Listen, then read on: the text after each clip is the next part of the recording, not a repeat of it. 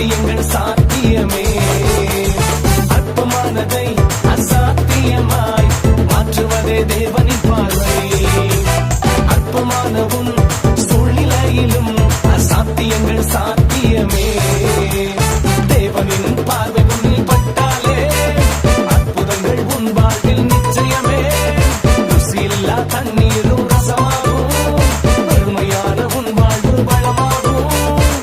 அவரை நோக்கி நீ பார்த்தாலே குறைவெல்லாம் நிறைவாகுமே. அவரை நோக்கி நீ பார்த்தாலே குறைவெல்லாம் நிறைவாகுமே.